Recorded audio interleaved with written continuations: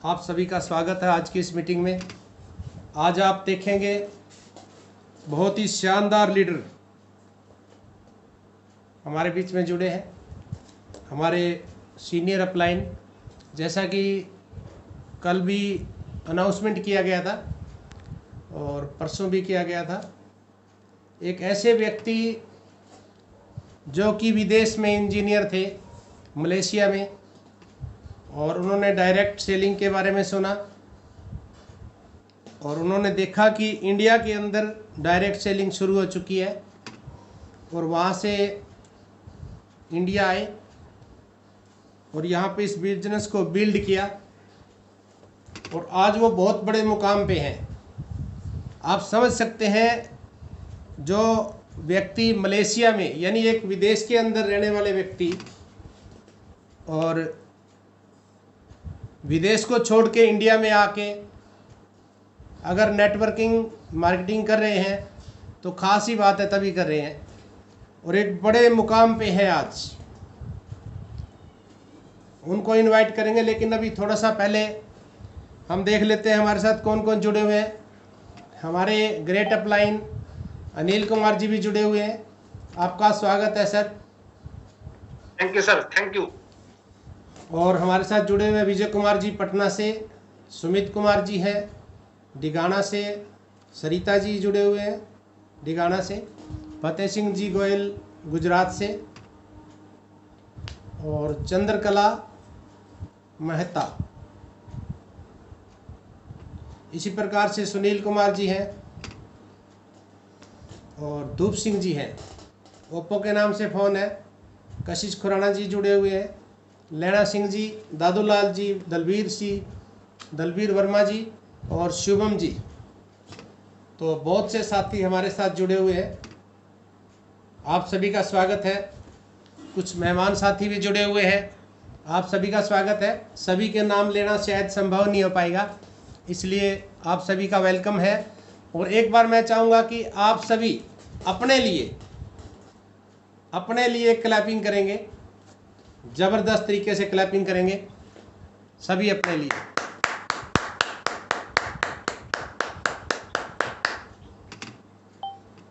Thank you sir.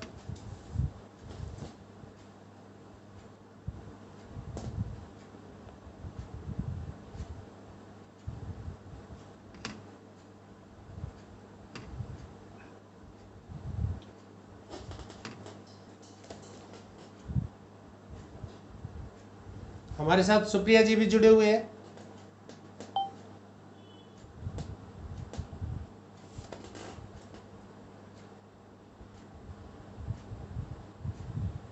आपका भी स्वागत है आज की इस मीटिंग में।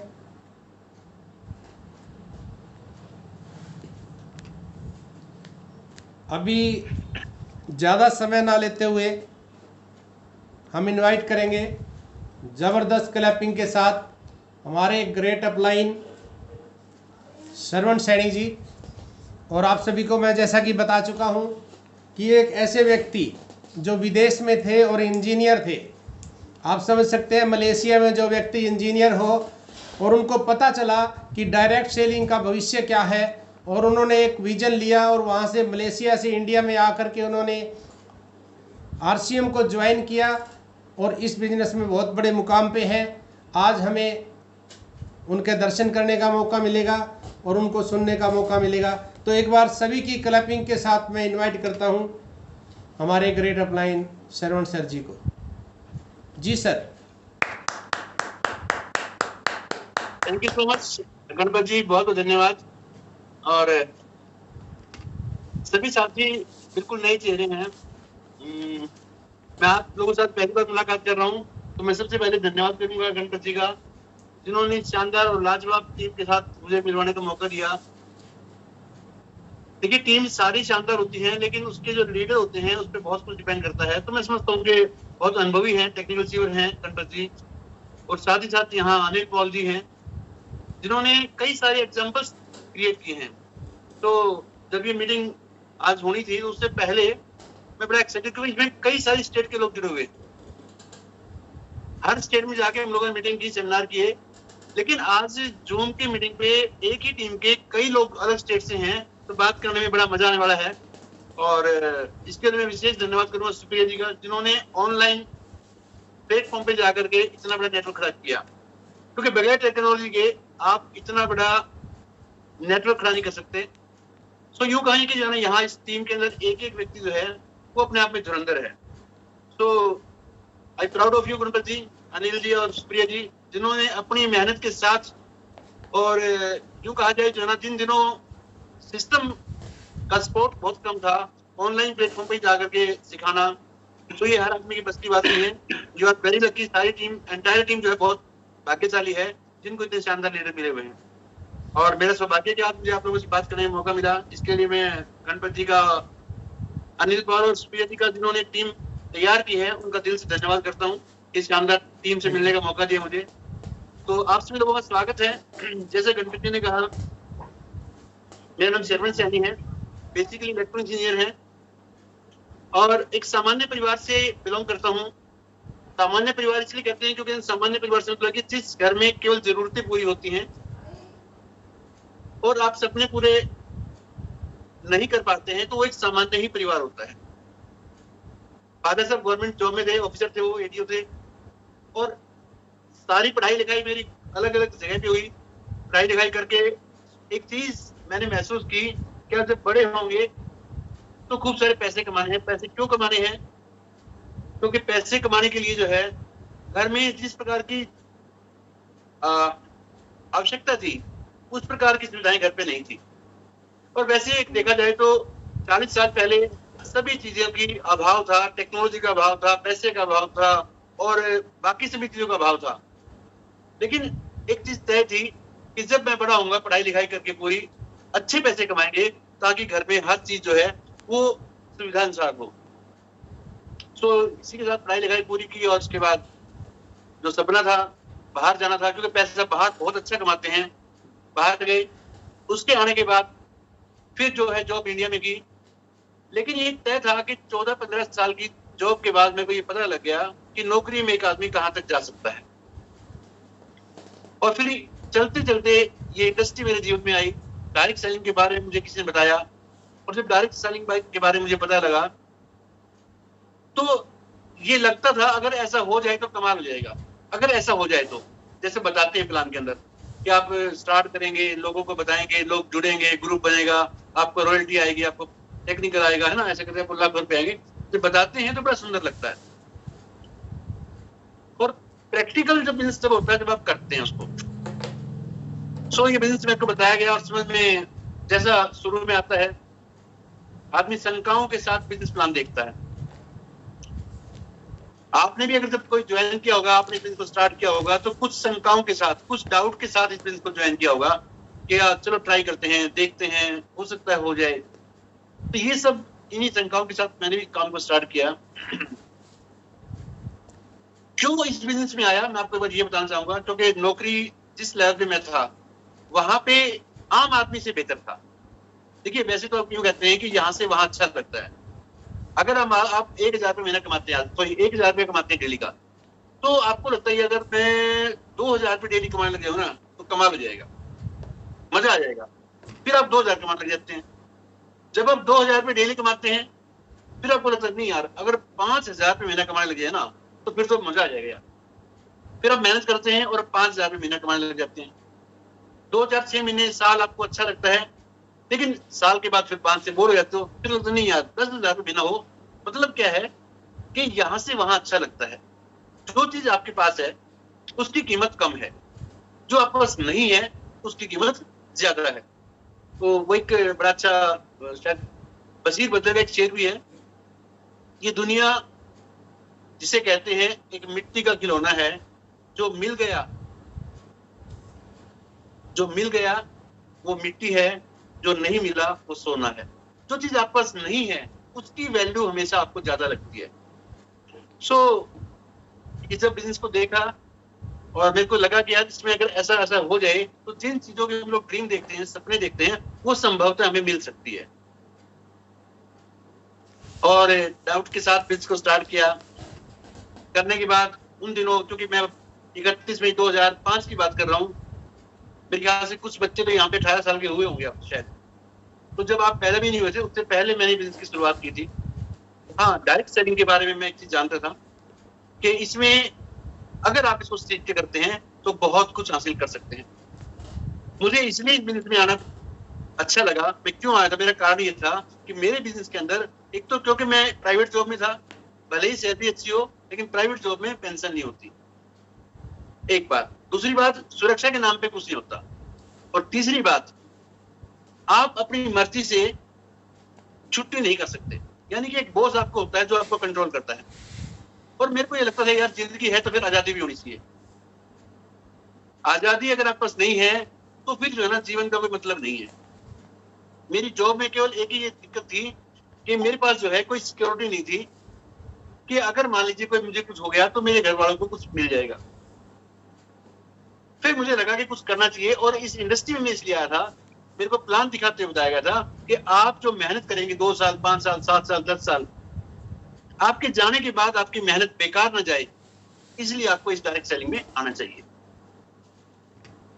क्योंकि जब आपका ग्रुप बनता है, जब आप बिजनेस स्टैंड कर देते हैं, एक बार सिस्टमाइज कर देते हैं, फिर आप दुनिया में हैं कि नहीं हैं, तब भी आपके परिवार को इनकम आएगी।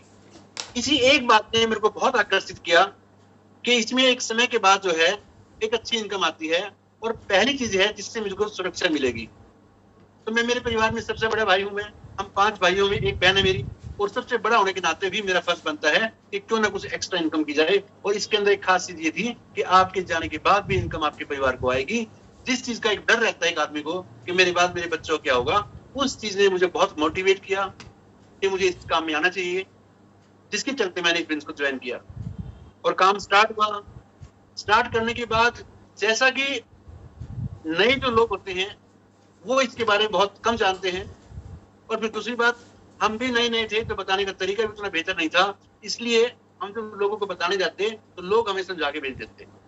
तो वो परिस्थितियां रही, काफी संघर्ष रहा शुरुआत दौर में, क्योंकि दुनिया का हर काम, कोई भी काम है, उसको करने के लिए सीखना पड़ता है। और नेटवर्क मार्केटिंग एक ऐसी इंडस्ट्री है, इसको ज्वाइन करने के बाद आदमी तुरंत काम चालू कर देता है। जिस काम को सीखा नहीं है, करना नहीं आता है, उसको अगर आप करेंगे तो निश्चित रूप से आपको दिक्कत आने वाली है।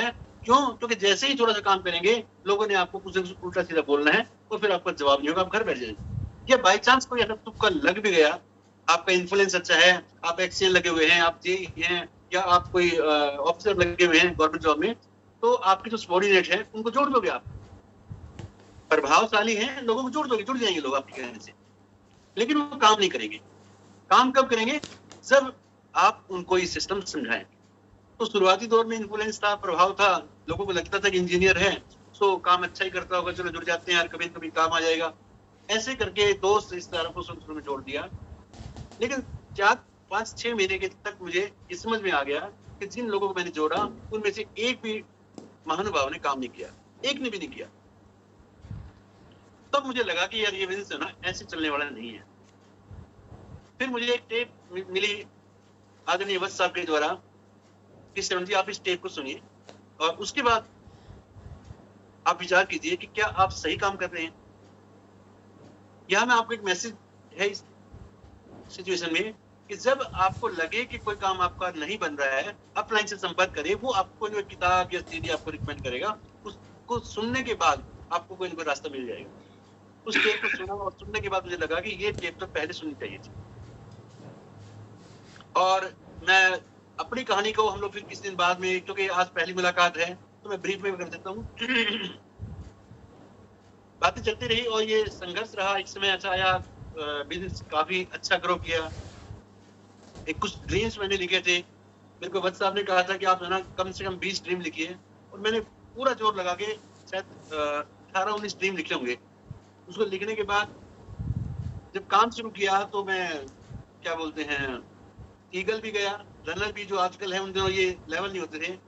फिर मैं डायरेक्ट रॉयल्टी चेयर बना, स्टार गोल्ड, उसके बाद फिर मैं स्टार प्लेटिनम बना, उसके बाद फिर मैं डायरेक्ट स्टार प्लस बना, फिर एमराल्ड। मतलब ये की यात्रा चलती रही। और बीच बीच में जो छोटे छोटे सपने होते हैं एक इंसान के, छोटे छोटे, वो सपने पूरे होने शुरू हुए। मेरी इच्छा थी कि मेरे पास एक शानदार अपनी पर्सनल लग्जरी कार हो, लग्जरी में बैठ के मजा आए चलाने में। वो कार मैंने खरीदी, इच्छा थी कि मेरा अपना खुद का एक घर हो, वो घर मैंने खरीदा।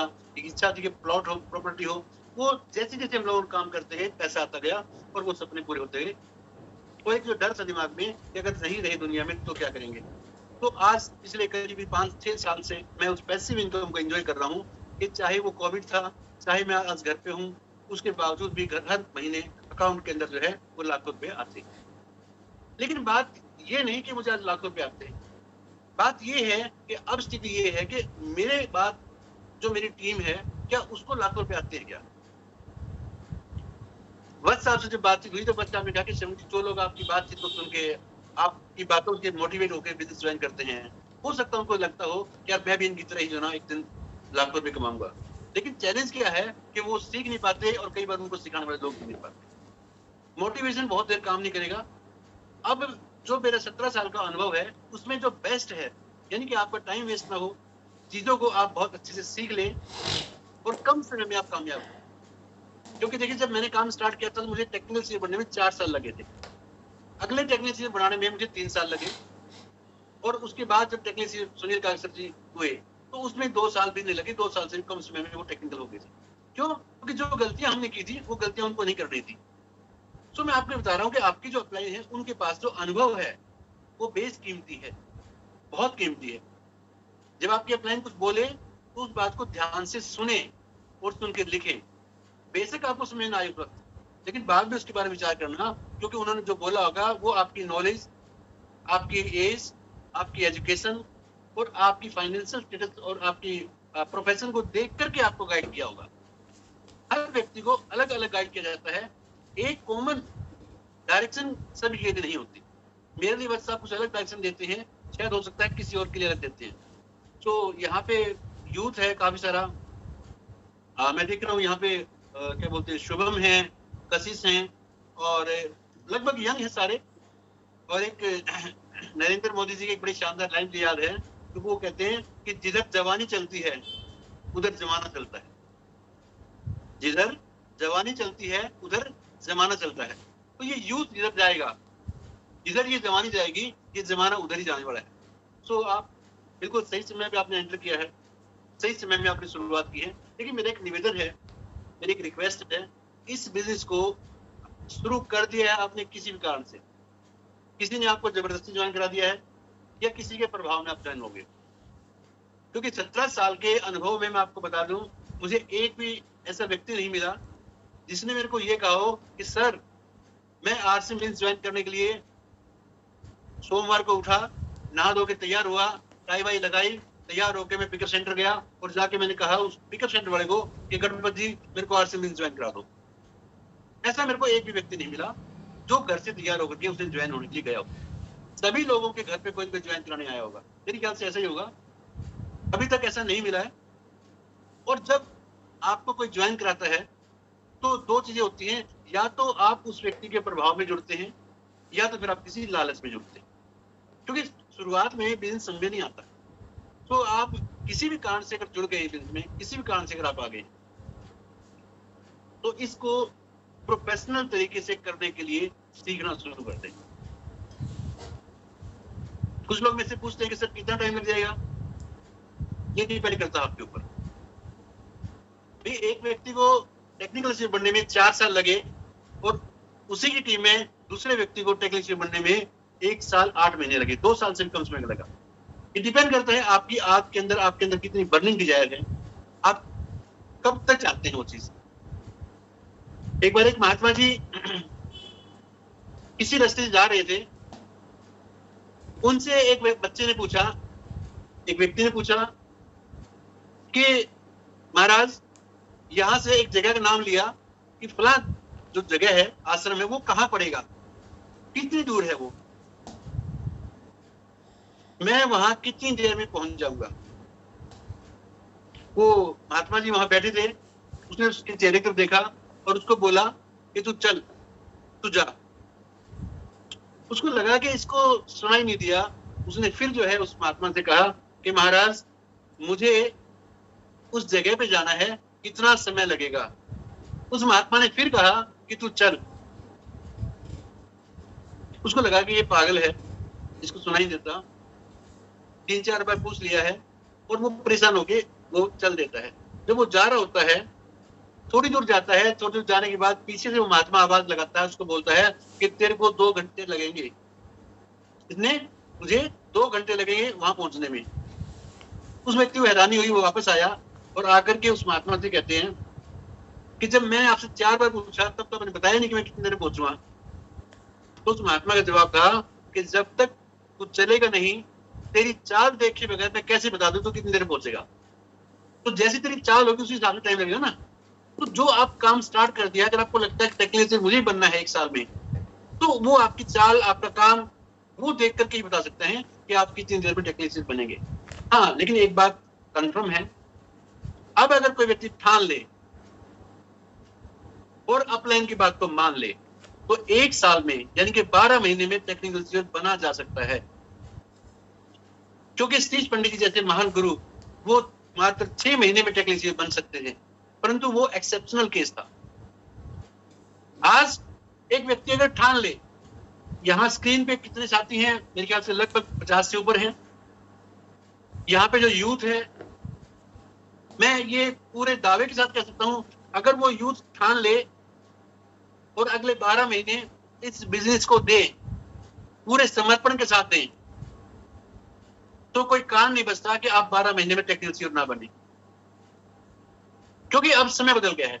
जिन दिनों हमने स्टार्ट किया था उन दिनों टेक्नोलॉजी नहीं थी। आज हम लोग आमने सामने बैठ के बात कर रहे हैं, उन दिनों ये सुविधा नहीं थी। तो पिछले 5 से 7 साल, 10 साल, 12 साल में बहुत ज्यादा चेंज हुआ है। तो एक तो पुरानी धारणा से निकले कि टेक्निकल सीयर बनने में 5 साल लगते हैं, 4 साल लगते हैं, ऐसा नहीं है। टेक्निकल सीयर बनने में 12 महीने ही लगते हैं। ये आप पे डिपेंड करता है कि आप इसको सचमुच 12 महीने में चाहते हो या 12 साल में चाहते हो। मैं ऐसे लोगों को भी जानता हूं जो 12 साल में टेक्निकल सीयर बने। ये आप पे डिपेंड करता है कि आपको अपने ड्रीम के लिए कितनी जल्दी चाहिए है और कब तक चाहिए है, ये आप डिसाइड करेंगे। ये ना आपकी अपलाइन डिसाइड करेगी, ना आपकी डाउनलाइन डिसाइड करेगी, ना कंपनी डिसाइड करेगी, ना आपके पापा डिसाइड करेंगे, ना आपकी मम्मी डिसाइड करेगी। ये आप तय करेंगे। आपको एमराल्ड कब जाना है ये आप तय करेंगे। आपको गाड़ी कब लेनी है ये आप तय करेंगे। मैं कभी भी किसी लीडर को टारगेट देता नहीं। मैं हमेशा पूछता हूं कि गणपत जी आपका क्या टारगेट है, और उसको पूरा करने के लिए जो प्लानिंग है उसमें मैं उनको हेल्प करता हूं ताकि इनका टारगेट पूरा हो जाए। ये एक नियम है, कभी भी टारगेट दिए नहीं जाते। कभी टीम ने जो टारगेट लिए हैं उस टारगेट को पूरा करने के लिए जो आप हेल्प जो सपोर्ट कर सकते हैं केवल वो करें। क्योंकि अगर आपने टारगेट दे दिए तो एक प्रकार से आप ठीक वैसा काम हो जाएगा कि जो उसकी कैपेसिटी है, जो वो कर सकता था, शायद आपने उसकी कैपेसिटी को भांपा नहीं और कहीं ना कहीं उसको टारगेट छोटा दे दिया। मैं एक घटना यहाँ बताना चाहूंगा। जैसा कि मैंने कहा कि मैं लोगों से पूछता हूँ, तो पीछे एक जगह है, यहाँ पे जाखल है, वहां पे किसी ने एक व्यक्ति को ज्वाइन कराया और ज्वाइन कराने के बाद जैसे मिलवाते हैं अपलाइन से, तो मेरे से मिलवाया। मैंने पूछा महावीर जी क्या टारगेट है।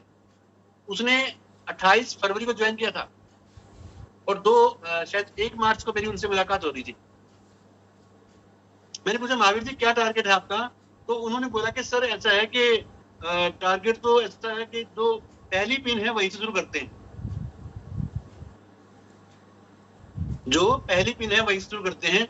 पहला टारगेट ये कि सिर्फ जो पहली पिन है। अब पहली पिन से मतलब क्या है, यहाँ पे हो सकता है पहली पिन हम लोग बिगिनर को मान ले, स्टार्टर को मान ले। लेकिन जब मैंने उनसे पूछा कि अच्छा, मैंने बोला वेरी गुड, बिल्कुल सही कहा आपने, हमेशा स्टेप बाय स्टेप चलना चाहिए। पहली पिन को ही आप टारगेट रखें और उसको पूरा करने के लिए आपकी प्लानिंग क्या है। देखिए मैं आपको बता रहा हूँ, धैर्य से अगर आप पूछते हैं तो बहुत फायदे में रहते हैं। मैंने कहा आपका प्लानिंग क्या है पहली पिन के लिए। उसने बोला सर मैंने डिसीजन लिया है कि मैंने लिस्ट बना ली है, मैं 20 के आसपास जो है वो डिस्प्ले वॉल खोलूंगा जो 20-20 हजार बिजनेस वॉल्यूम की होंगी। अब इधर मेरा दिमाग थोड़ा मतलब जनाब घूमने लग गया कि 20-20 हजार रुपए की 20 डिस्प्ले वॉल खोलूंगा वो मेरी पहली पिन हो जाएगी। मैंने कहा पहली पिन से मतलब, बोले सर वो बता रहे थे पहली पिन स्टार पिन होती है और स्टार पिन के लिए 3.5 लाख का बिजनेस वॉल्यूम चाहिए होता है। मैंने कहा यार बड़ा खतरनाक आदमी यार। तो इसलिए कभी भी किसी को ये ना बोलो कि सर देखिए आपने नया नया ज्वाइन किया ना, आप एक काम करो, आप सबसे पहले डायमंड क्लब करो, ऐसा बोल देते हैं हम लोग, या आप 4 ज्वाइनिंग करो, 5 ज्वाइन करो। तो हमेशा सामने वाले से पूछो कि आप क्या करने जा रहे हैं। मुझे बड़ा संकोच हुआ, मैंने कहा यार इसने बोल तो दिया। और एक नियम ये है अपलाइन की तरफ से, कभी भी सामने वाले को डिमोटिवेट नहीं करना, कभी भी। मुझे लगता है सारे डिस्ट्रीब्यूटर है, गणपत जी है ना, कोई नया व्यक्ति नहीं होगा। और फिर भी अगर नया व्यक्ति भी है तो वो डिस्ट्रीब्यूटर होने वाला है, काम वो भी स्टार्ट करेगा, तो ये चीजें उसके काम आएंगी। तो जब मैंने पूछा तो उसने बताया कि 20 डिस्प्ले वॉल खोलने वाला हूँ इस मार्च महीने में। और कमाल की बात यह है कि उस व्यक्ति ने 5.25 लाख रुपए का सामान बेच दिया। और जहां हमने हमारे यहाँ इधर लोक लगा हुआ था कि एक आदमी ज्वाइन करके तो पहले महीने 5-10 हजार का, 20 हजार का या 50 हजार का काम कर सकता है, इसके ऊपर नहीं कर सकता। उसने उस क्या बोलते हैं लोग को तोड़ा, उस वहम को हटा दिया। और अब ऐसे बहुत सारे लोग हैं जो एक महीने में भी स्टार पिन पे चले जाते हैं। लेकिन उसके पीछे एक पूरा सेटअप करना पड़ा मुझे। जब भी बच्चा उत्साहित होकर के अगर समुद्र में कूद जाए या नदी में कूद जाए, तो ये मत मान लेना कि वो कूद गया है तैर के बाहर आ जाएगा। अभी नया नया है, आपको उसकी देखरेख के लिए जरूर वहां पे खड़े रहना चाहिए। तो जब उसने काम किया तो उसकी सारी आसपास की जो वर्किंग थी वो चेक की गई, कहीं किसी प्रकार का इसको नुकसान नहीं होना चाहिए। उसका जो सामान इधर उधर जिस जगह उसने दिया था उस सामान को सेल करने के लिए डेमोस्ट्रेशन किए गए, मतलब एक पूरा अप्रैल लग गया उसमें। इससे वो व्यक्ति बच गया। और बचने का मतलब क्या है कि वो व्यक्ति आज भी काम कर रहा है। सो जब भी आप काम करें, किसी टारगेट पूछें तो टारगेट पूरा करने की उसकी पूरी प्लानिंग पूछ लें कि कैसे करने वाले। तो ये तो था मेरा शुरुआत में काम करने का तरीका। और चूंकि यहाँ पे कुछ नए साथी हैं और मैं समझता हूँ ना, हर बार हम लोगों ने रिकॉर्ड बनाए हैं, हर बार, चाहे वो किसी मामले में हो, चाहे वो हरियाणा का, मुझे लगता है हरियाणा का क्या आरसी मिल्स का पंडित जी के बाद फास्टेस्ट जो टेक्नीशियन बने थे वो सुनील कांगसर जी बने थे। वो भी एक रिकॉर्ड था, वो हमारे नाम था। हरियाणा में सबसे ज्यादा हरी सिंह जीवनी किसने बेची, उसका रिकॉर्ड भी हमारे नाम रहा है। इसके अलावा भी बहुत सारे रिकॉर्ड जो है हम लोगों ने बनाए हैं। सबसे पहले ट्रेनिंग देने का जो कल्चर है वो हमारी टीम ने स्टार्ट किया था। तो जब इतनी सारी चीजें हमारे नाम है तो क्यों ना और रिकॉर्ड बनाए जाएं। और उसी रिकॉर्ड को बनाने के लिए गणपत जी से जब बातचीत हुई तो पता लगा कि इनकी टीम में काफी अच्छा यूथ है। तो क्यों ना यूथ को प्रॉपर सिस्टमाइज और प्रोफेशनल तरीके से उनको एक कमिटमेंट के साथ, सिस्टम के साथ स्टार्ट किया जाए, तो शायद वो 1 साल में कुछ लोग यहाँ पे टेक्निकल से बन सकते हैं। तो मैं कुछ लोगों के साथ कुछ इंट्रोडक्शन चाहता हूँ गणपति, ताकि बातचीत हो। जो लोग 1 साल में टेक्निकल से बनना चाहते हैं और उसके लिए कमिटमेंट के साथ सीखना चाहते हैं। यहाँ मैं एक बात और बताना चाहूंगा कि बात केवल टेक्निशियन की नहीं है, पार्ल की नहीं है, बात एमराल्ड की भी नहीं है। यहाँ पे इधर दिमाग में एक बात सोच के रखें कि यदि इस इंडस्ट्री में आप आ गए और इस इंडस्ट्री में अपना करियर बनाना चाहते हैं और इस इंडस्ट्री में आप बहुत टॉप पे जाना चाहते हैं, बड़े बड़े सपने पूरे करना चाहते हैं, तो एक बात याद रखना, यहाँ पे टाइम की बाउंडेशन लेकर के काम को स्टार्ट ना करें। कोई सोचे कि मैं 2 साल, 4 साल, 5 साल करके देख लेता हूँ, हो गया तो ठीक है, वरना अपनी दुकान खोल लेंगे, हो गया तो ठीक है, वरना जाकर अपनी नौकरी कर लेंगे, हो गया तो ठीक है, वरना फिर अपना जो पुराना काम था वो कर लेंगे। अगर इस प्रकार के नेचर के साथ आप काम करेंगे तो मैं यकीन दिलाता हूँ आप कतई कामयाब नहीं होंगे। हो सकता है आप धक्का मुक्की करके आप रॉयल्टी से बन जाएं, टेक्निकल हो जाएं, एमराल्ड हो जाएं, लेकिन टॉप पे नहीं जाएंगे। जो लोग टॉप पे जाते हैं किसी भी इंडस्ट्री में, उनका पूरा जीवन लग जाता है। यदि वास्तव में आपको इस डायरेक्शन इंडस्ट्री में एक सेलिब्रिटी बनना है, एक स्पीकर बनना है, एक कोच बनना है, एक ट्रेनर बनना है या एक बुक राइटर बनना है, उसके लिए आप ये मान के चले कि पूरा जीवन लगेगा। अगर चेक करना चाहते हैं तो आप चेक कीजिए किसी भी महान व्यक्ति को, सचिन तेंदुलकर पूरा जीवन लगा है। वो अलग बात है कि पूरे जीवन के साथ उन्होंने एंजॉय भी किया था।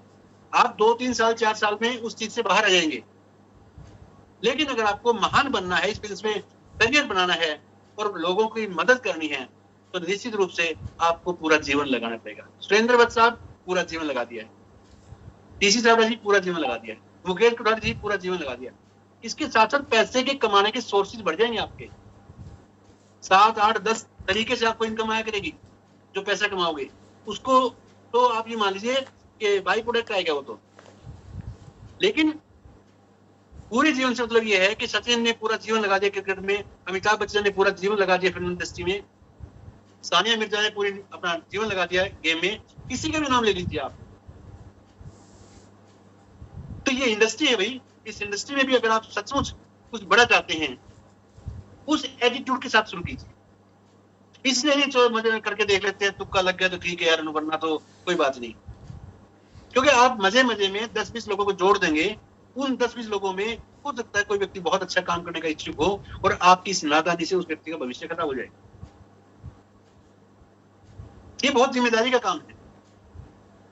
इसलिए जब आप इसको शुरू करें तो आप ये मान के चलें कि आप उतने काबिल हैं कि किसी व्यक्ति का फाइनेंशियल फ्यूचर आप संभाल सके। आप केवल 500-700, 1000, 2000, 10,000 रुपए कमाने के लिए बिजनेस में नहीं आए। जब आप आ ही रहे हैं, इसको सीख ले, समझ ले पहले।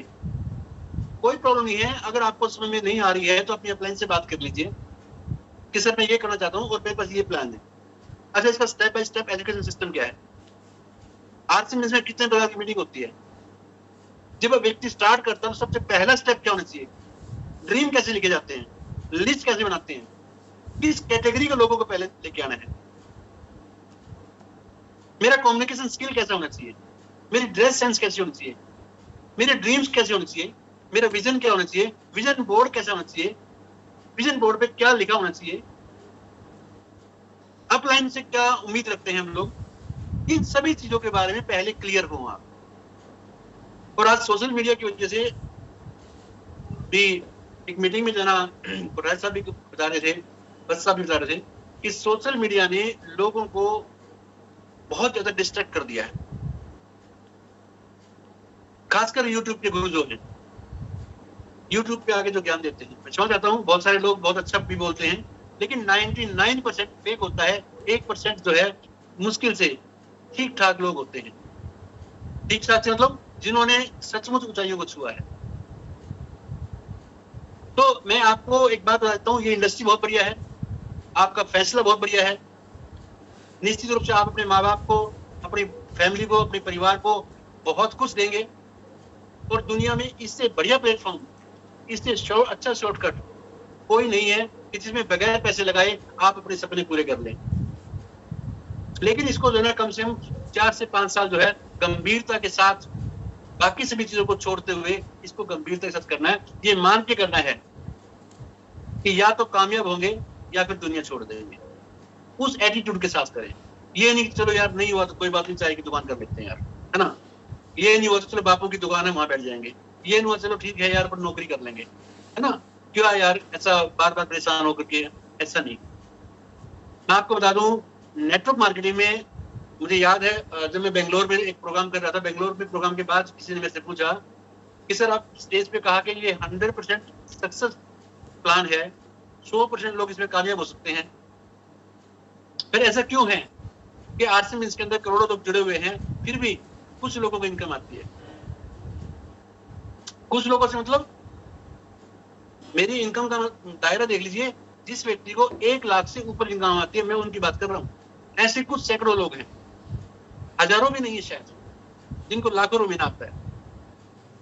देखिए, सच्चाई से वाकिफ होकर के आप इस बिजनेस को शुरू करेंगे तो मुझे लगता है आपको तकलीफें कम आएंगी।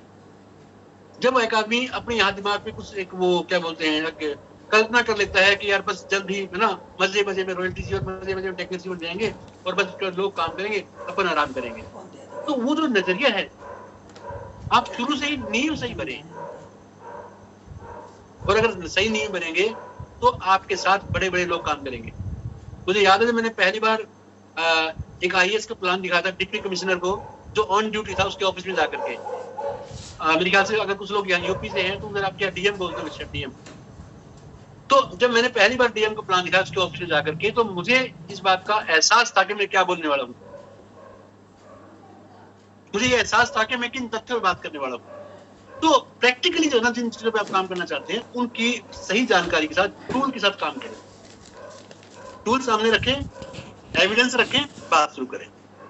तो मैं आपको आखिर में उसके बाद हम लोग इंट्रोडक्शन करेंगे, बातचीत करना। एक्चुअली क्या कि इंट्रोडक्शन मीटिंग है, बहुत ज्यादा ज्ञान की बात तो नहीं करेंगे। ज्ञान के लिए फिर कुछ पीपीटी हैं, स्लाइड्स हैं, उनको शेयर करेंगे तो शायद आपको कुछ उससे सीखने को मिले। पर यहाँ में कुछ 4-5 बातें हैं वो शायद आपके काम आएंगी। वो आप लिख सकते हैं, लिख लीजिए। बताऊं क्या? जी सर बताइए। पहला काम क्या कि असफल लोगों को सुनना बंद कर दें, अगर आप इस बिजनेस में तेजी से कामयाब होना चाहते हैं तो। पहला काम क्या? जिन लोगों ने ज्वाइन किया था आरसीएम बिजनेस या कोई भी नेटवर्क मार्केटिंग कंपनी, उसने 2-4 महीने इधर उधर घूमा और उसकी सेटिंग हुई नहीं और वो छोड़ के कहीं और चला गया या करके देख लिया, उसको बोलते हैं असफल लोग, फेलियर लोग। जिन्होंने 1-2 साल इधर उधर कोशिश की कि कहीं तुक्का लग जाए, बिजनेस नहीं किया, वो कहीं सेटिंग, उसको बोलते हैं सेट वर्कर, कहीं सेटिंग हो जाए तो बात बन जाए, है ना। ज्यादातर लोग उसमें रहते हैं कि शॉर्टकट में कहीं काम चल जाए। तो पहला आप लिखें कि असफल लोगों को ना सुने।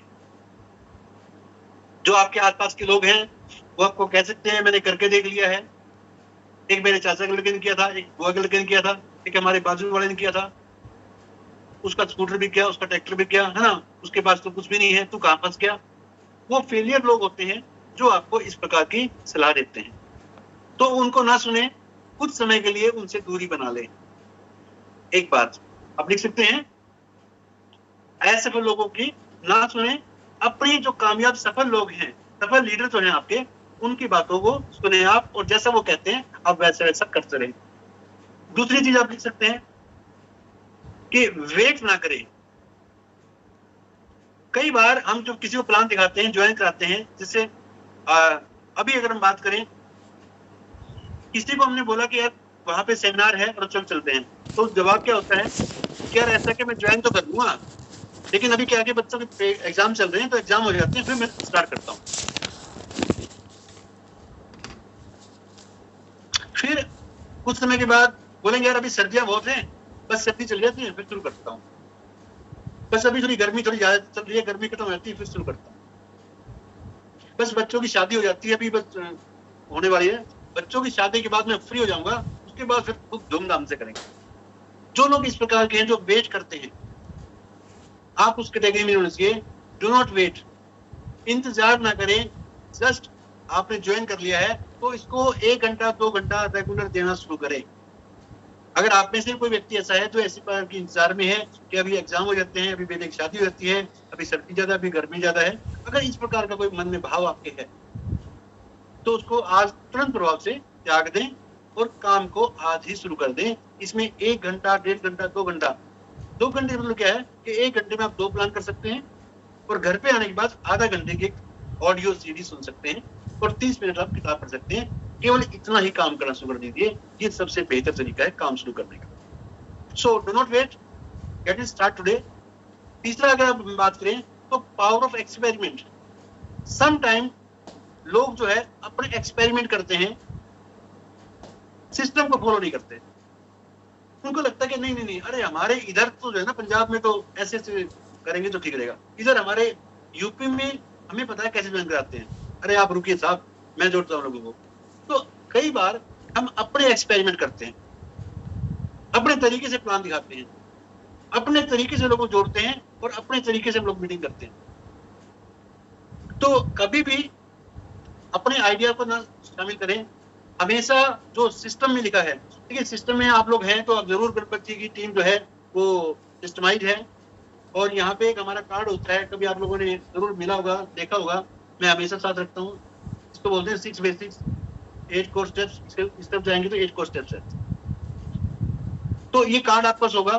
तो जो इसमें लिखा हुआ है उसको फॉलो करें, क्योंकि आजकल आदरणीय टीसी चावड़ा जी भी 5 बातों को बड़ा विशेष रूप से रोजाना हाईलाइट करते हैं कि कभी भी किसी को उधार ना दे और ना उधार ले। ये भी आप लिख सकते हैं। अगर आपको इसमें बहुत तेजी से कामयाब होना है, ना किसी को उधार दें और ना किसी से उधार लें, भले ही आपकी अपलाइन हो, भले ही आपकी डाउनलाइन हो। अगर आपके अपलाइन में कहें कि यार मेरे को थोड़ा पैसा उधार चाहिए आज, मैं आपको अगले हफ्ते दे दूंगा, तो बड़े निवेदन से अर्ज किए कि सर सॉरी सर, मैं एक्चुअली सिस्टम में कहा गया है कि पैसे ना उधार देने हैं ना लेने हैं। इससे अगर आपको नाराज होता है तो भले ही हो जाए, आपको कोई प्रॉब्लम नहीं है। क्यों? क्योंकि वो व्यक्ति सिस्टम से बाहर चला गया है, आपको उसके साथ नहीं जाना है। दूसरी बात क्या है, लैग पुलिंग ना करें, किसी और के ग्रुप में से बंदे को तोड़ के अपने ग्रुप में ना जोड़े। ये टीसीडी क्योंकि आरसीएम का मतलब किसी स्ट्रैटेजी, तो उनको पता है कि आरसीएम कैसे चलेगा, उनकी बातों को जरूर फॉलो करना है। किसी और के ग्रुप में से व्यक्ति को तोड़ के अपने ग्रुप में नहीं जोड़ना है, ये दूसरी बात उनकी। तीसरी बात, कभी भी टीम के साथ संबंधों को खराब ना करें। कभी कभी हम लोग कुछ ऐसा कर देते हैं, हमारा बोलने का तरीका हो सकता सही ना हो, कई बार हम एक ऐसी बात बोल देते हैं जो सामने वाले को पिंच कर जाती है और उस बात का बुरा मान जाता है, और इससे वो मन में खटास आती है, उससे आपके संबंध खराब हो जाते हैं। टीम के साथ संबंधों को खराब ना करें। और फोर्थ वन है, गलत तरीके से टारगेट पूरे ना करें। बहुत इंपॉर्टेंट है, जो साथी नए हैं या पुराने हैं सबके लिए है। गलत तरीके से आप टारगेट, गलत तरीका मतलब क्या है कि आपको अगर मान लेते हैं बोला गया कि चलो भाई ऐसा कि तुम इस महीने 50,000 बिजनेस वॉल्यूम कर दो, तो आपको एक टूर दे देंगे। देखिए, आपको कोई बनाई नहीं है, 50,000 हो 1 लाख हो, यदि आपके पास सेलिंग स्किल है और आप सेल कर सकते हैं तो बिल्कुल कीजिए। अब मान लेते हैं आपको पता है नहीं कि न्यूट्रिशन बिकते कैसे हैं, बस आपको वॉल्यूम जनरेट करना है और आप जो है 10 डब्बे पीजे को उठा कर लेते हो, वो 50-60 हजार रुपया आपने लगा दिया, बल्क हो गया आपका, पैसे खराब हो गए, आपका बिका नहीं तो आपका मन खराब हो जाएगा। तो गलत तरीके से ना करें, जितना आप कर सकते हैं, जितनी आपकी काबिलियत है, स्किल है, उतना आप कीजिए। और पांचवा है, अपलाइन की गलत बातों को बिल्कुल ना माने। देखिए, ये 23 साल के अनुभव के बाद ये लाइन बोली जा रही है। इससे पहले एक ही बात बोलते थे कि आप आंख बंद करके अपनी अपलाइन पे भरोसा कीजिए। मैं भी आपके अपलाइन में आता हूँ और भट्ट साहब भी आपके अपलाइन में आते हैं, और बाकी जो भी सुनिए और भी होंगे शायद।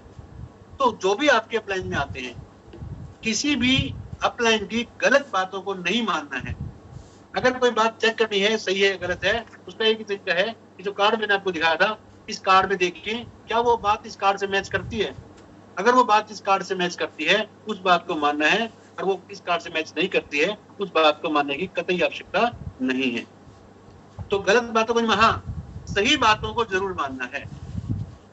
सही बातों से मतलब क्या है, जैसे आपको अगर सुप्रिया जी दिखा रही है टीवी यूट्यूब पे कि आपको काम करते हुए इन तरीके से प्रोडक्ट नॉलेज बहुत अच्छा है, नॉलेज गेन करें उनसे, अपलाइन से अनुभव लीजिए, परंतु किसी प्रकार के लालच में आकर के कोई गलत बात को नहीं मानना है। ये 5 बातें मैंने आपको इसलिए बताई क्योंकि आप शुरू कर चुके हैं बिजनेस को,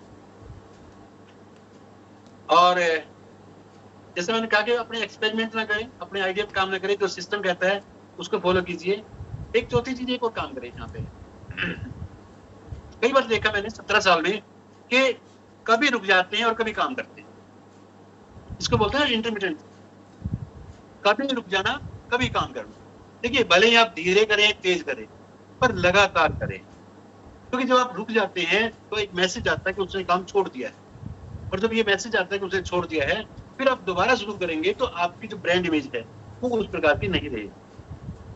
सो बिजनेस शुरू करने के बाद लगातार करते रहें, कभी छोड़ें कभी करें, कभी छोड़े कभी करें।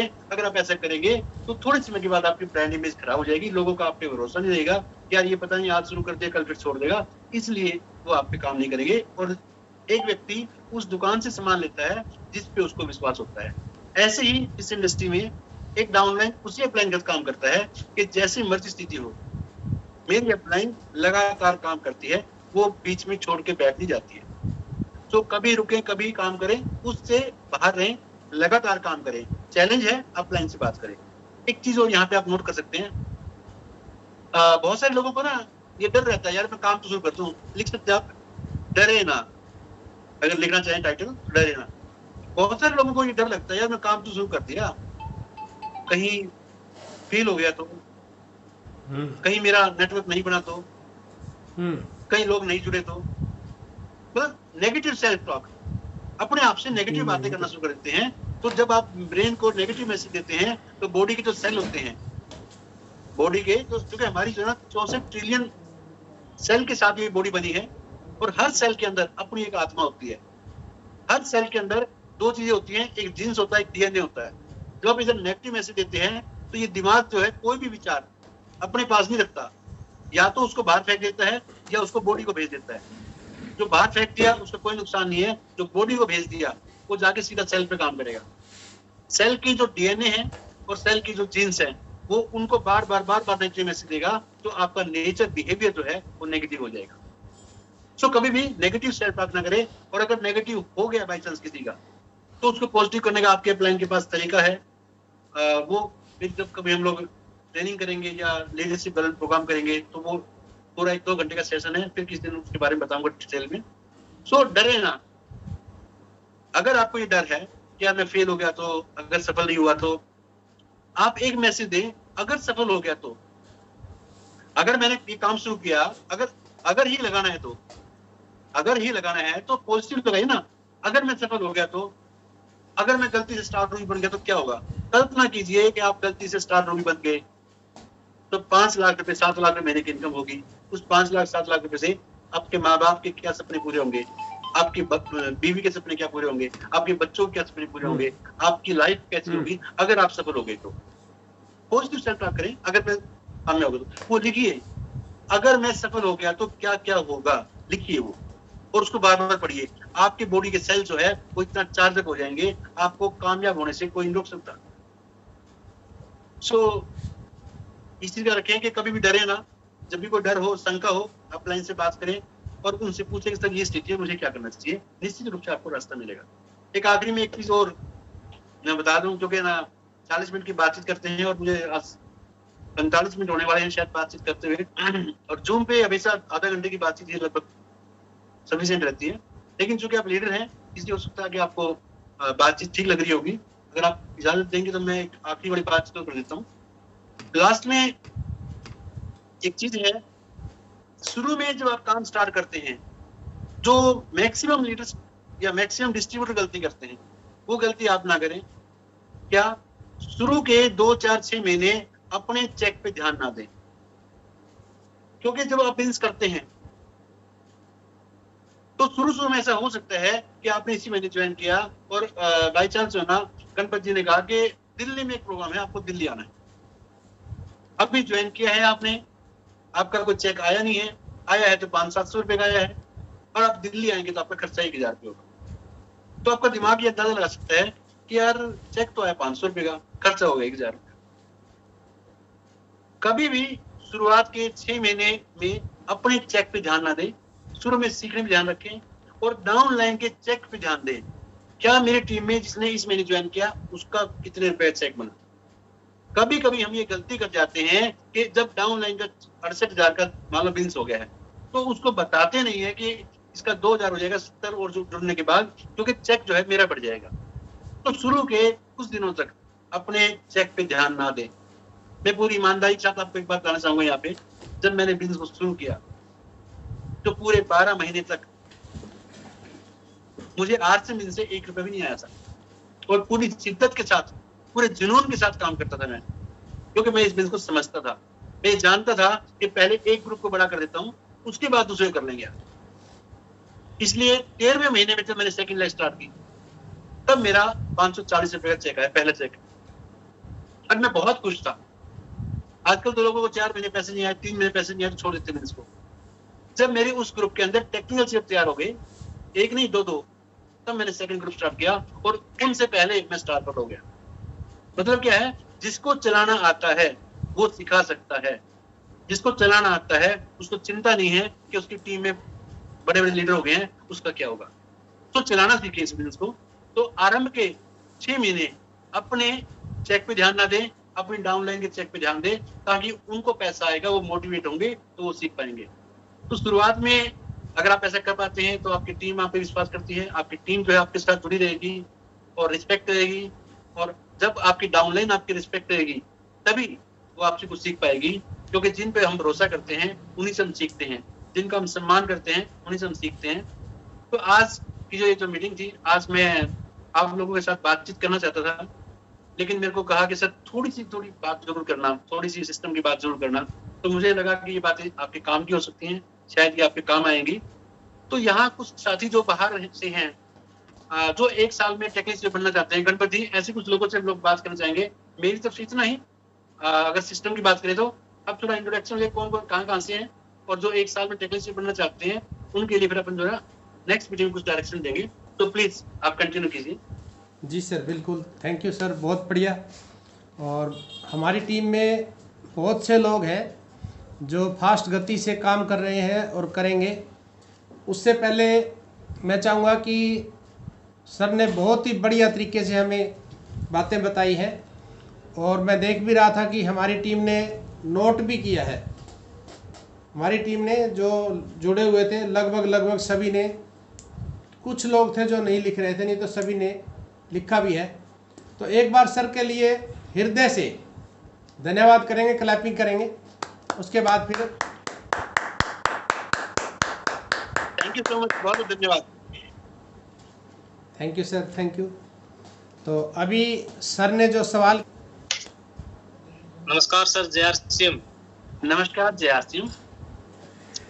तो सबसे पहले धन्यवाद सर आपका, जो हमारे लिए इतना कीमती समय निकालकर सर आपने इतना बढ़िया जानकारियां शेयर की सर।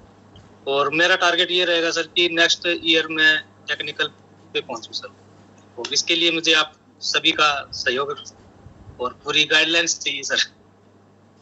निश्चित रूप से देखो, आप लोगों के लिए तो है भाई, गणपति नाथ मीटिंग किसके लिए की? आप लोगों के लिए तो की है। जी सर, जी सर। अपलाइन आपके चाहते तो मैं तो आपके साथ हो ही गया ना। जी सर, बिल्कुल। ये है कि बहुत सारा समय वेस्ट नहीं करना है जब हम एक काम को एक साल में कर सकते। देखिए, एक बच्चा अगर 10वीं क्लास को 9वीं से 10वीं हो गया है, 10वीं क्लास को एक साल में पास कर सकता है तो करना चाहिए, उसके लिए 4 साल क्यों लगाए? तो जो चीजें हम लोगों ने गलतियां की हैं वो आप ना करें, और आप नहीं करोगे। देखिए, मैं आपको एक एग्जांपल देता हूँ। यूपीएससी का एग्जाम होता है, यूपीएससी का। यूपीएससी में जो एग्जाम पास करते हैं वो आईएएस बनते हैं। अगर एक बच्चा 23-24 साल में आईएएस बन जाता है, यूपीएससी में आईएएस सबसे छोटा या क्या कहें, डिप्टी कमिश्नर जो है वो सबसे छोटा पद होता है। जब कोई लड़का डीसी लगता है ना, तो वो सबसे छोटा पद है यूपीएससी में। तो आप अगर कम उम्र में डीसी लग जाते हैं तो बहुत संभावनाएं हैं कि आप कैबिनेट सेक्रेटरी तक बन जाएं, जहां पे प्रधानमंत्री भी सारी बातें उससे पूछ के ही करता है। मतलब समय लगता है वहां जाने में, उसके लिए 30 साल की आपकी जॉब होनी चाहिए। अगर एक बच्चा 25 साल का बच्चा एमराल्ड हो जाता है या स्टार भी होता है, आप सोचिए जरा उसकी लाइफ कैसी होगी। तो यहाँ पे जो भी व्यक्ति पूरा दिल लगा काम कर रहा है, उसको 1 साल में टेक्निकल क्वालिफाई करने का मतलब ये है कि वो अगले 5 से 7 साल में डायमंड बन के बाकी लोगों को रास्ता दिखा के, इसलिए आप लोगों को सिखाना है। तो मैं यहाँ पे अगर कोई व्यक्ति 40 साल का है तो मैं उसको ये नहीं कह रहा कि आपका ऑप्शन नहीं है, मैं ये कह रहा हूँ कि जो यूथ है, मैंने खुद ये बिजनेस जो है तो स्टार्ट किया, उस टाइम मैं 34 साल की कंप्लीट हो गए थे, 35वां साल चल रहा था, तो मैंने इस काम को स्टार्ट किया था। लेकिन अब चूंकि ये बिजनेस बहुत एक प्रकार से मान्यता प्राप्त हो गया है, हर माँ बाप चाहता है कि उसका बच्चा, अगर 2 बच्चे हैं तो एक बेटा तो कम से कम डायरेक्ट सेलिंग में होना ही चाहिए, क्योंकि वो पूरे खानदान को अच्छी तरीके से लाइफ दे सकता है, ये विश्वास हो गया लोगों को। तो thank you so much Balveer ji. और अभी सुमित जी हैं, सुमित कुमार जी डिगाना से हैं, अनम्यूट कर सकते हैं। आज की मीटिंग जबरदस्त रही सर, और हम भी चाहते हैं कि आता है, और हम भी 1 साल में इसमें टेक्निकल अचीवर बनना चाहते हैं सर, आपके मार्गदर्शन से। बिल्कुल, जो बनना चाहते हैं उनके लिए जना सारी अपलाइन तैयार हैं। उनके लिए गणपत जी भी तैयार हैं, उनके लिए सुप्रिया जी भी तैयार हैं, उनके लिए अंजलि भी तैयार हैं, सुनील जी भी तैयार हैं, और उनके लिए मैं तो तैयार हुई हूँ, और बच्चा साहब भी तैयार है। देखिए, काम करने वाले लोगों को कौन मना करता है? सोच के देखो जरा, है ना।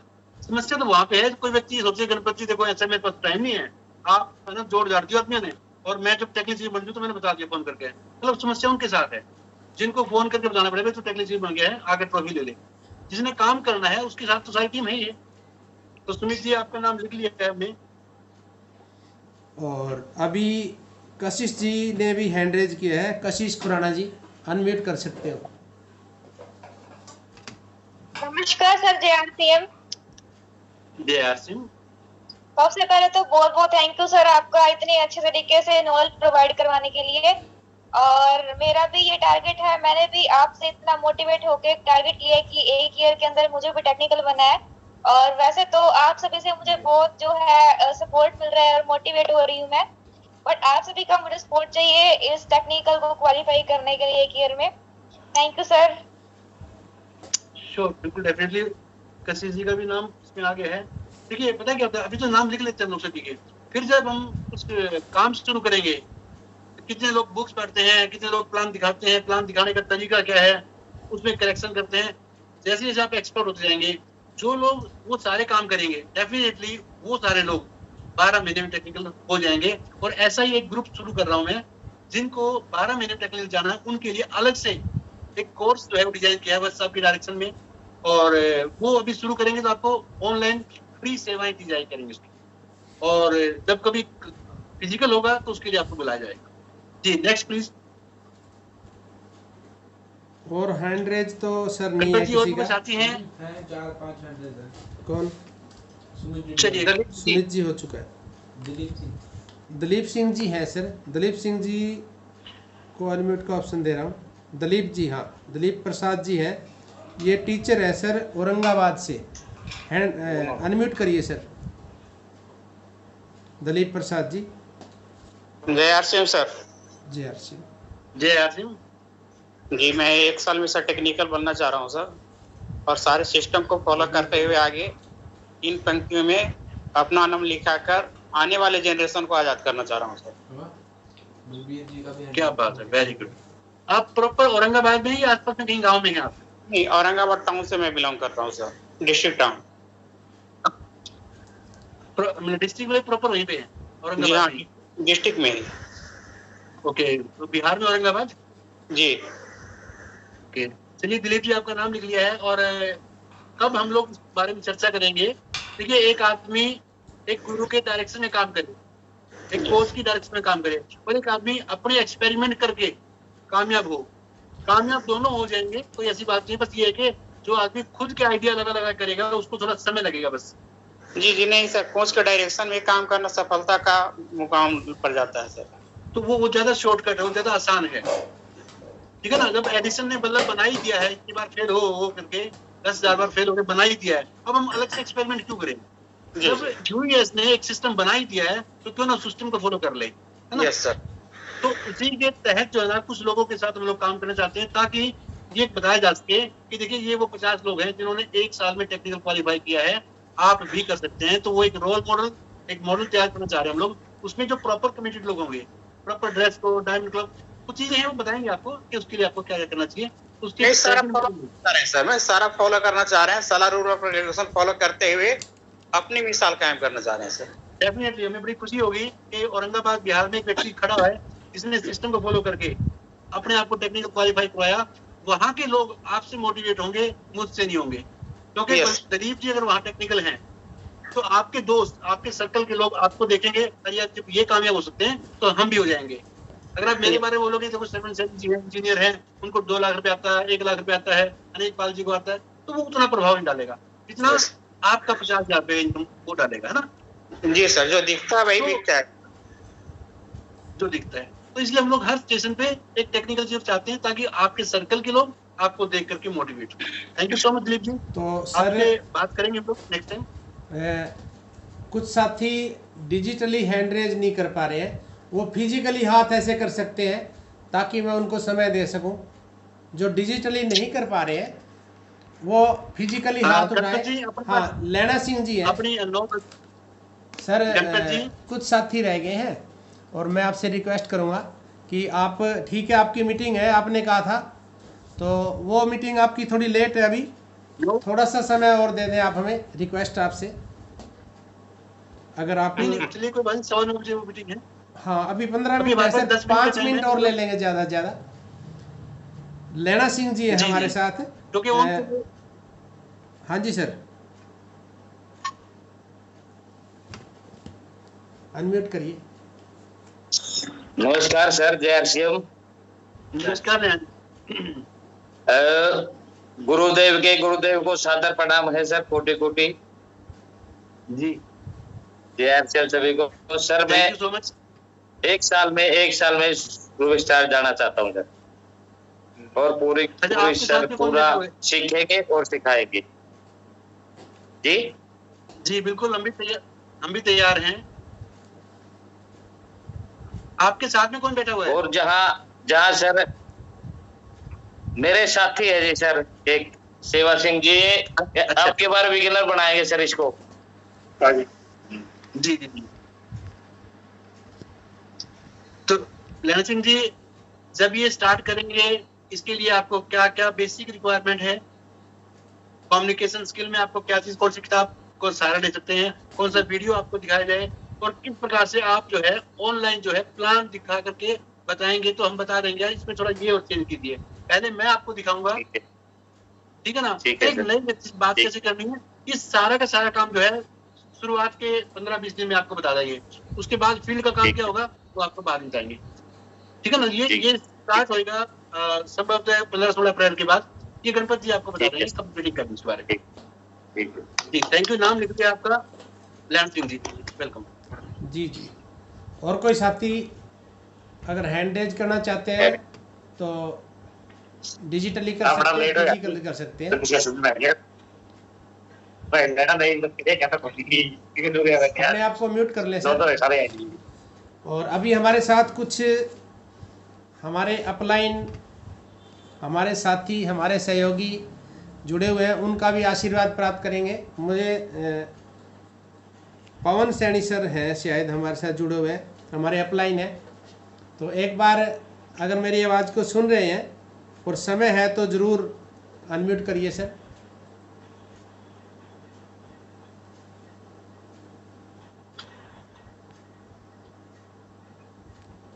जी सर।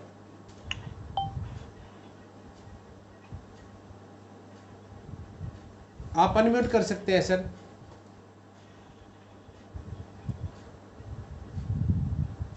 सभी को नमस्कार। सर नमस्कार। नमस्कार। मैं गाड़ी ड्राइव कर रहा हूँ और अभी जा रहा हूँ, और जो आज की मीटिंग है बहुत बढ़िया रही। और ये कहते हैं कि अपलाइन के तो अभी जिस पे पड़ जाए, जिस प्रकार से एक कंच पे है ना सूरज की रोशनी अगर पड़ जाती है तो वो भी चमकने लग जाता है। बस एक ही काम है, जैसे सर ने कहा वो सारी चीज फॉलो करें। और मैं सर से आज मिलके ही जा रहा हूँ और बड़ी एनर्जी लेके गया हूँ। तो बहुत वाले हैं थोड़ी। थैंक यू गणपत जी, बहुत बहुत धन्यवाद। Thank you sir, thank you. इतना ही बहुत है, आपने हमें आशीर्वाद दिया। और अभी हमारे ग्रेट अपलाइन अनिल पाल जी, अनिल पाल जी भी। सभी को जय आरसीएम। क्या बात है। सबसे पहले तो मैं श्रवण जी का बहुत बहुत थैंक्स करना चाहूंगा, क्योंकि मेरे पास वो शब्द नहीं है श्रवण जी के लिए, कि जो श्रवण जी जो ऐसे शख्स हैं कि आरसीएम बिजनेस में टॉप के ट्रेनों में गिनती आती है, टॉप के ट्रेनों में। और प्रत्यक्ष को प्रमाण की जरूरत नहीं होती। जो आपके सामने आज स्टार पर्ल अनिल कुमार बैठा है, ये जो सारा श्रेय श्रवण जी को जाता है, क्योंकि श्रवण जी ने हमको दे दे ट्रेनिंग आज इतने बड़े मुकाम पर खड़ा कर दिया। सर मैं तो बहुत बहुत थैंक्स, बहुत बहुत धन्यवाद हूं। जो भी मेरे नए साथी अगर श्रवण जी को सुन रहे हैं तो आप बहुत लक्की हो, क्योंकि इतने बड़े जो मेरे प्लान जो जिसने मेरे को तैयार करके इस लेवल पर पहुंचा दिया। सर आप भी और आपने भी सभी ने श्रवण जी की बात को मान लिया और इम्प्लीमेंट कर दिया। सर आप बिल्कुल ही बहुत बड़ी पिन पे ले सकते हैं सर, और इसके लिए आपका बहुत बहुत थैंक्स सर। श्रवण जी धन्यवाद। जय आरसीएम सर, जय RCM Gurudev. Thank you sir. हमारी टीम के ऊर्जा के भंडार हैं अनिल जी। बिल्कुल सर, वाकई सही कहा है सर अनिल जी ने, अनिल पाल जी ने बहुत अच्छा कहा है। क्योंकि जिन्होंने हमें सिखाया, जिन्होंने सुनील सर को सिखाया, सुनील काग सर जी को, जिन्होंने अनिल जी को सिखाया, अब आप समझ सकते हैं वो कितने बड़ी तोप है। माफ़ करना, क्योंकि तोप में ताकत ज़्यादा होती है, इसलिए तोप का शब्द इस्तेमाल किया है। तो बहुत ही ज़बरदस्त ट्रेनिंग है। मैंने इनकी जब ट्रेनिंग ली है, मुझे काफ़ी दिनों तक उसका एहसास रहा है।